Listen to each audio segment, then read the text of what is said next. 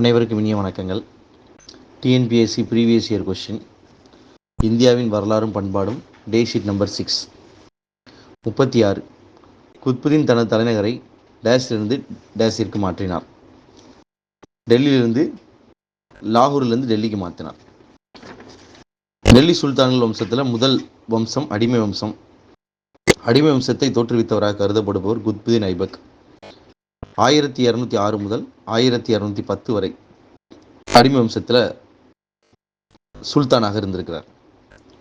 முகமது பின் பக்தியார் கில்ஜி என்ற ஒரு துருக்கிய தளபதிக்கு அவர் உதவி இருக்கிறார்.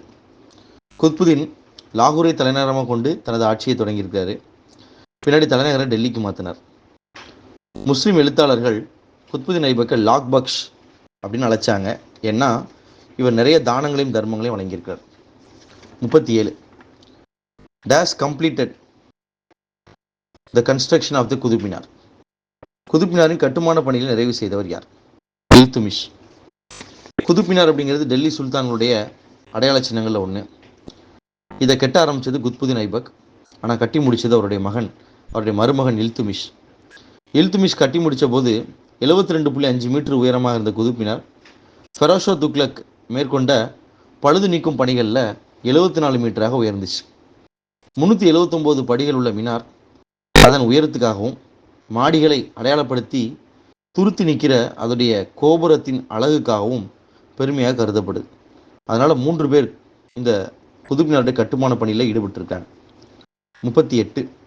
டெல்லிக்கு அருகில் உள்ள துக்லதாபாத் எனும் நகருக்கான அடிக்கல் நாட்டியவர் யார்? கியாசுதீன் துக்ளக். துக்ளக் வம்சத்தில் முதல் மன்னர் யார் அப்படின்னா கியாசுதீன் துக்ளக். 1320 1324 காலகட்டத்தில் கியாசுதீன் துக்ளக் பிரபுக்கள் வகுப்பினர் கூட சமரச கொள்கையை பின்பற்றியிருக்கார். கியாசுதீன் துக்ளக் அவருடைய மகன் ஜனாகானை வாரங்களுக்கு எதிராக போர் புரிய அனுப்பி வச்சார். ஜனாகான் வாரங்கள் அரசர் பிரதாபருத்திரனுடன் வெற்றி பெற்று செல்வத்தோடு திரும்பி வந்து தன்னுடைய தந்தையை கொலை செய்துவிட்டு அதற்கு பிறகு அவர் முகமது பின் துக்ளக் என்ற பெயரில் அரியணை 1324 ஏறியிருக்கார்.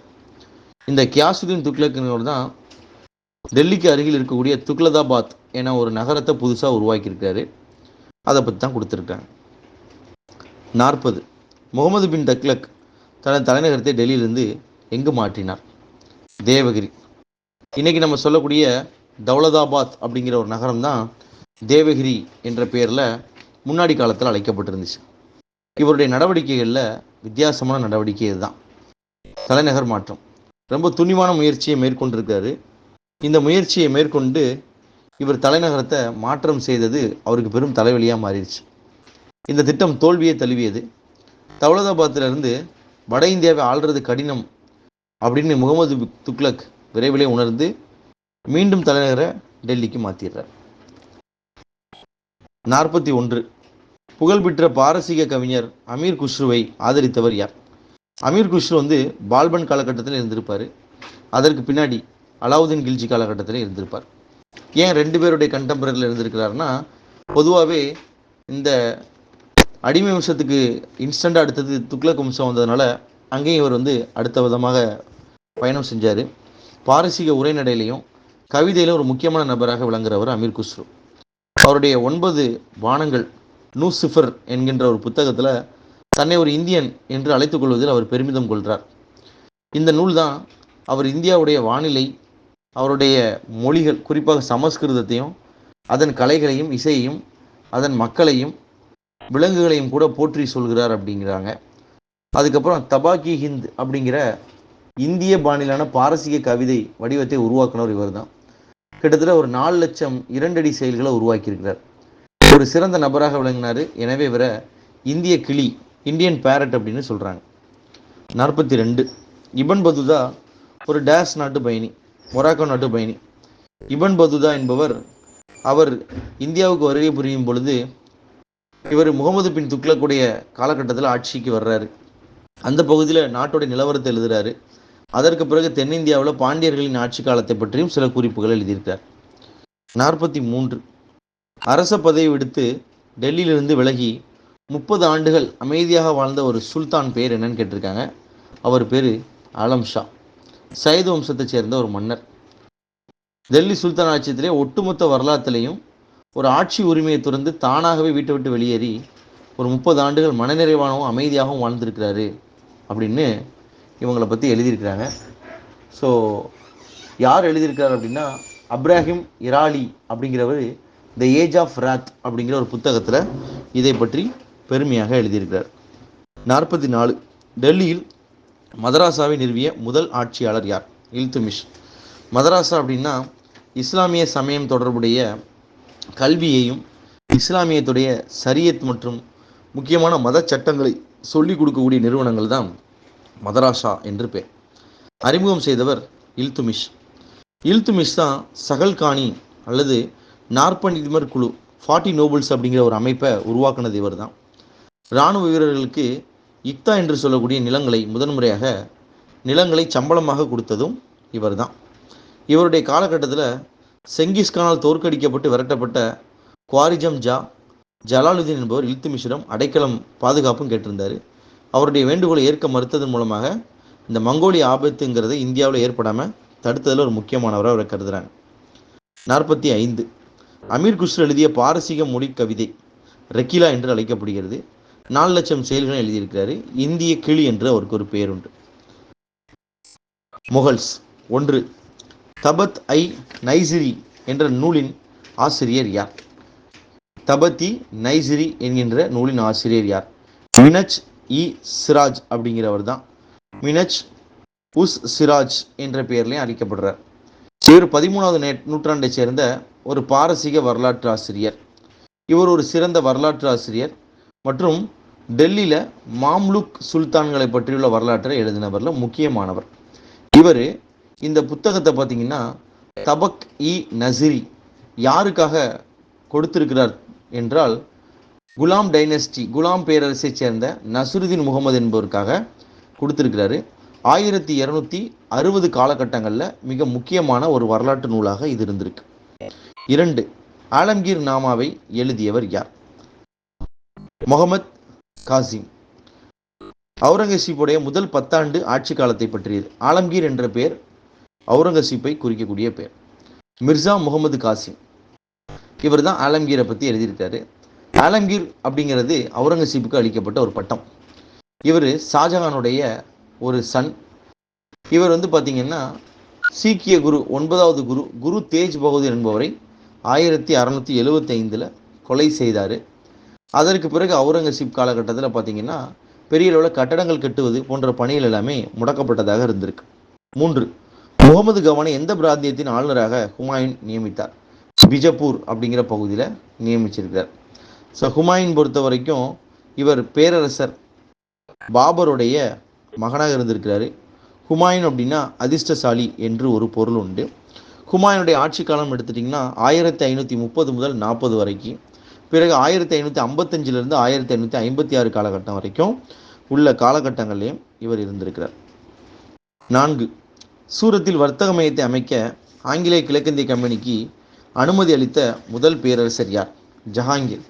ஜஹாங்கீரோட காலகட்டத்தில் தான் பிரிட்டிஷ் ஈஸ்ட் இந்தியா கம்பெனி தன்னுடைய அரசியல் ஏகாதிபத்தியத்தை நிறுவுவதற்காக இந்தியாவில் காலெடுத்து வைக்கிறாங்க. அப்படி முதன்முறையாக ஜஹாங்கீருடைய ஆட்சியில் வில்லியம் ஹாக்கிங்ஸ் மற்றும் சர் தாமஸ் ரோ 2 பேரும் வருகை தர்றாங்க. ஜஹாங்கீருக்கும் போர்ச்சுகீசியர்களுக்கும் பின்னர் ஆங்கிலேயர்களுக்கும் உரிமை வழங்கியிருக்கிறாரு. வணிக உரிமையை பொறுத்த வரைக்கும் போர்ச்சுகீசியர்கள் அடுத்தபடியாக கொடுத்துருக்காங்க. இங்கிலாந்து அரசர் 1ஆம் ஜேம்ஸோட பிரதிநிதியான தாமஸ் ரோ ஜஹாங்கீருடைய அரசவைக்கு வருகை புரிஞ்சார். அதுக்கப்புறம் தான் முதன்முறையாக கோட்டை கட்டுவதற்கு சூரத்தில் அனுமதி என்பது அவர்களுக்கு கொடுக்கப்பட்டிருக்கு.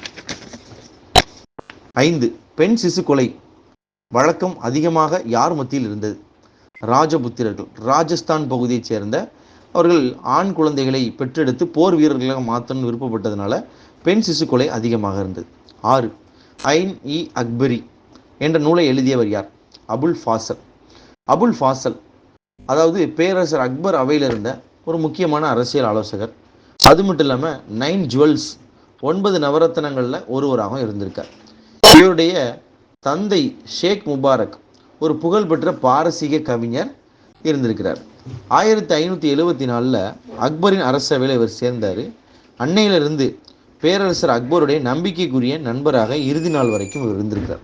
இவர் அக்பருடைய வாழ்க்கை வரலாறு, ஆட்சி, அந்த காலத்தில் உள்ள சமய தத்துவங்கள், இதை 3 பாகமாக கொண்ட ஒரு நூல் எழுதியிருக்கிறாரு.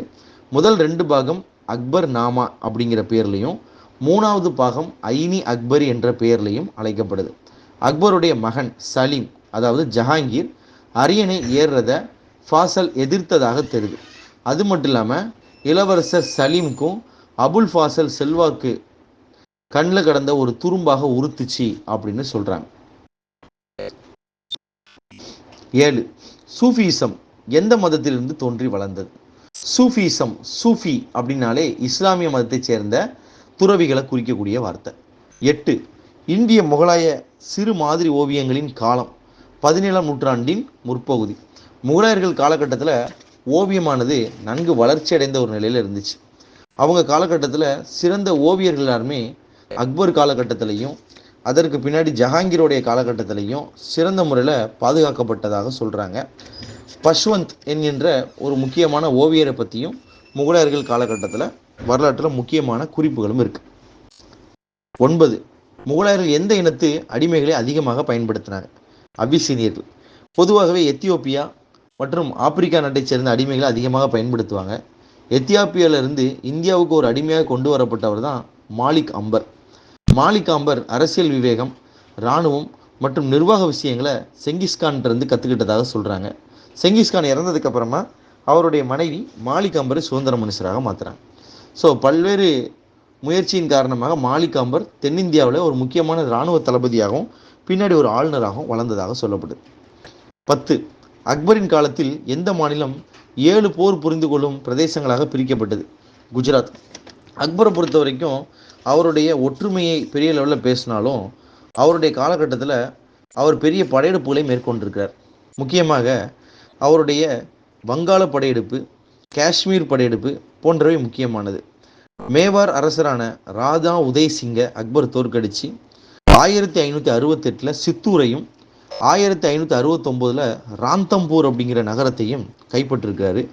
அது மட்டும் இல்லாமல் தன்னோட கவனத்தை செல்வ செழிப்பு மிக்க கடல் வணிகத்துக்கு புகழ்பெற்ற குஜராத் மீது செலுத்தியிருக்கிறார். அதோடைய அரசன் முசாபர் ஜாவிட்டிருந்து 1573 குஜராத்தை கைப்பற்றியிருக்கிறார். அதை பற்றியுள்ள செய்திகளும் இங்கே கொஸ்டின்ஸில் கொடுத்துருக்காங்க. 11.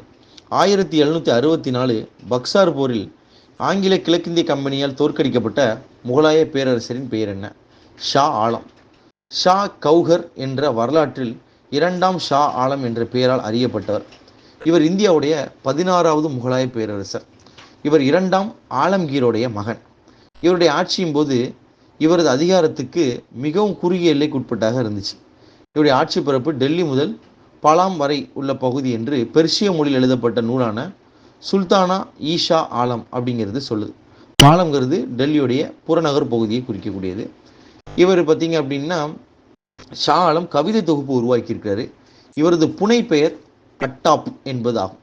இவருடைய கவிதைகளை மிர்ஷா பகீர் மேகின் என்பவர் உருவாக்கி அதை தொகுத்து வழங்கியிருக்கிறதாகவும் வரலாற்றில் சொல்கிறாங்க. 12. ஹுமாயூன் ஆட்சியின் போது பீகாரை ஆண்டவர் யார்? ஷெர்கான். ஷெர்கான் அப்படிங்கிறவர் தான் ஷெர்ஷா என்ற பேரில் 1540வது வருடம் டெல்லியை கைப்பற்றார். ஹுமாயூனுடைய கன்னௌசி போரில் தோல்வி அடைஞ்சு தன்னுடைய அரியணையை துறந்த பிறகு மீண்டும் 1555 டெல்லியை கைப்பற்ற வரைக்கும் சூர் வம்சத்தை சேர்ந்தவங்க தான் டெல்லி ஆட்சி பண்ணிட்டு இருந்தாங்க. ஒரு ஜாகிர்தாரி குடும்பத்தில் பிறந்த ஃபரீத் என்று அழைக்கப்பட்ட இவர் தான் ஒரு புலியை கொன்னதுனால ஷெர்கான், ஏன்னா ஹிந்தியில் ஷெர் அப்படின்னா புலி என்ற குறிக்கக்கூடியது. அரியணை ஏறிய பிறகு ஷெர்கான் என்று பெயரை மாட்டிக்கிட்டார். நவீன நாணயத்தின் தந்தை என்று அழைக்கப்படுபவர் இவர் தான். Father of modern coinage. இன்னைக்கு காயின் நம்ம இந்தியாவில் ரூபாயை ருப்பியா என்று சொல்கிறோம். அந்த ருப்பியா ரூபாய் என்பதை இவருடைய காலகட்டத்தில் உருவானது தான். 13. 1739ஆம் ஆண்டு பெர்ஷிய மன்னர் நாதிர் ஷா இந்தியா மீது படையெடுத்த போது இந்தியாவை ஆட்சி செய்த முகலாய மன்னரின் பெயரை குறிப்பிடுக. 1739 நாதிர் ஷா என்பவர் படையெடுக்கும் பொழுது தான் இந்தியாவுடைய முக்கியமான வைரம், வைடூரியங்கள், கோஹினூர் வைரம் மற்றும் விலை மதிக்க முடியாத இந்த பொருட்கள் எல்லாமே படையெடுத்து கொண்டு செல்லப்பட்டது. அதில் ஒன்று முக்கியமானது ஷாஜகானுடைய மயிலாசனமும் ஒன்றாக இருந்துச்சு. 14. பானிபட் போரில் இராணுவத்தில் சிறந்த தலை சிறந்த துப்பாக்கி வீரராக இருந்தவர் யார்? உஸ்தாத் அலி. உஸ்தாத் அலி என்பவரை பற்றி பெரிய அளவில் புத்தகங்கள் எங்கேயுமே இல்லைனாலும் பானிப்பட்டு போரை பற்றி சில சிறப்பான தகவல்களை கொடுத்துருக்காங்க. பானிப்பட்டு போர் அப்படிங்கிறது பீரங்கியை வச்சு நடந்த போர். 1526 ஏப்ரல் மாதம் 21 பாபர் மற்றும் இப்ராஹிம் லோடியோட படைகளுக்கு இடையில நடந்துச்சு.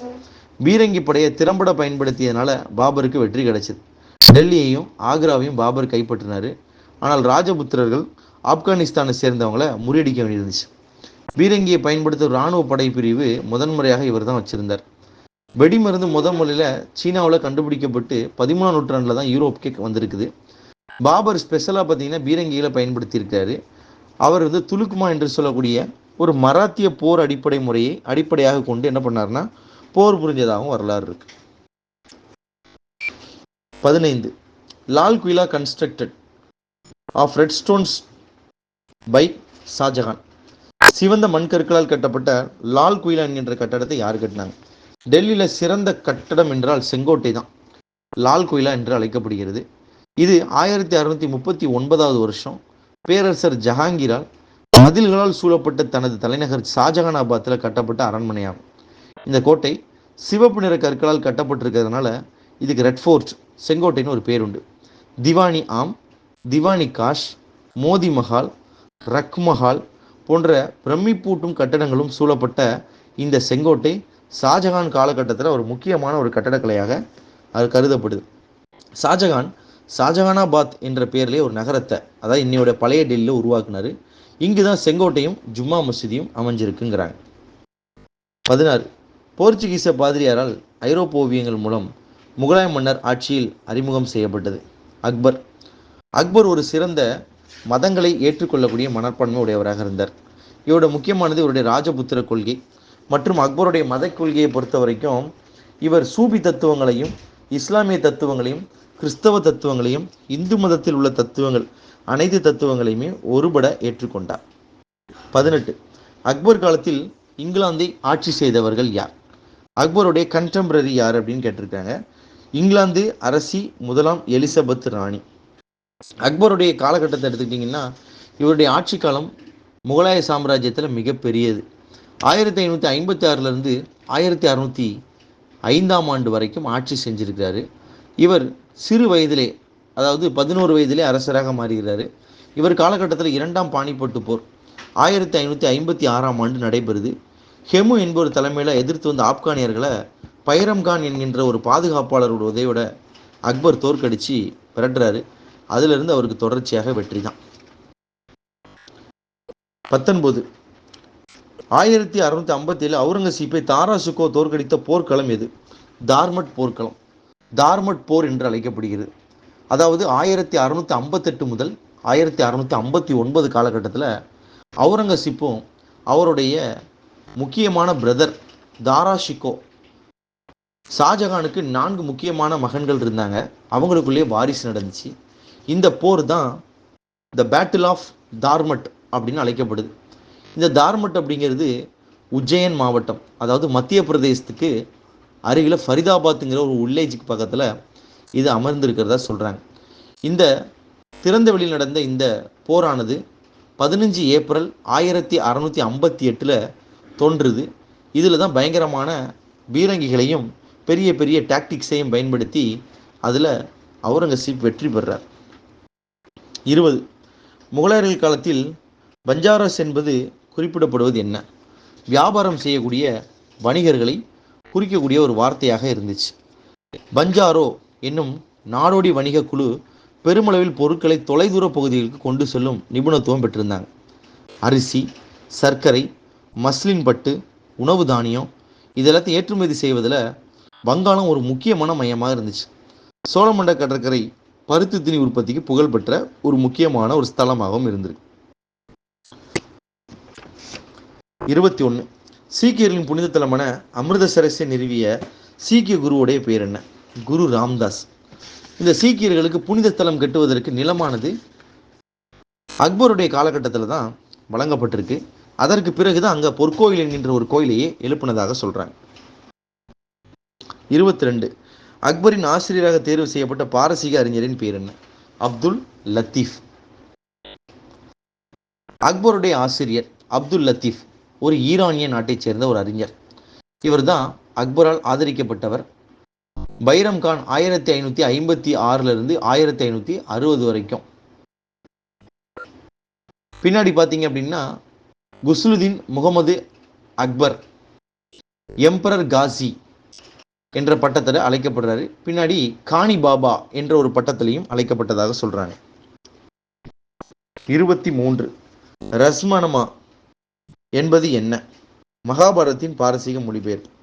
ஃபைசி மற்றும் அப்துல் காதிர் பதோனி என்பவர்களால் மொழிபெயர்த்து உருவாக்கப்பட்டது.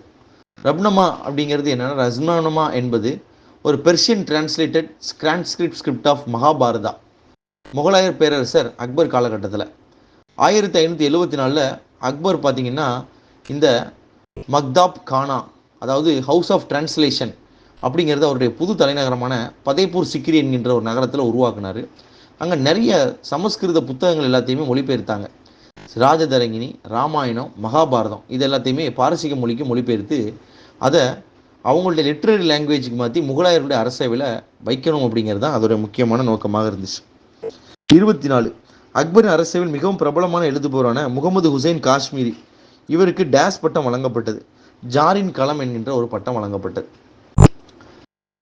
முகலாயர்களுடைய எம்பையர்களில் பார்த்தீங்க அப்படின்னா ஒரு முக்கியமான கேலியோகிராஃபராக இருந்தவர் தான், எழுதக்கூடியவர், முகமது ஹுசைன் அல் கதீப் காஷ்மீரி. 1020 காலகட்டத்தை சேர்ந்தவராக இருக்கலாம் நம்பப்படுது. அக்பருடைய முக்கியமான ஒரு கேலிகிராஃபராக இருந்திருக்கிறாரு. ஸோ அவருக்கு கொடுக்கப்பட்ட பட்டம் தான் பார்த்தீங்க அப்படின்னா ஜாரின் களம். களம்னா பேனான்னு அர்த்தம். ஜாரின் களம்னா தங்க நிற பேனா, தங்க பேனா என்று அர்த்தம். இவர் ஜஹாங்கீருடைய கோர்ட்லேயும் பின்னாடி 1580 1608 வரைக்கும் பணிபுரிஞ்சிருக்காருங்கிறாங்க. Mansingh the first Mansabdar of Mansabdari system of emperor Akbar. பிக்சாத் அப்படிங்கிறது அக்பருடைய காலகட்டத்தில் முக்கியமான ஒரு பெயிண்டராக இருந்திருக்கிறாரு. அக்பருடைய காலகட்டத்தில் முதல் ஜெனரல் இராணுவ தளபதியாக இருந்தவர் ஆதம் கான் என்பவர் இருந்திருக்கிறார். சுரேஷ் IAS அகாடமி வெற்றியின் முகவரி.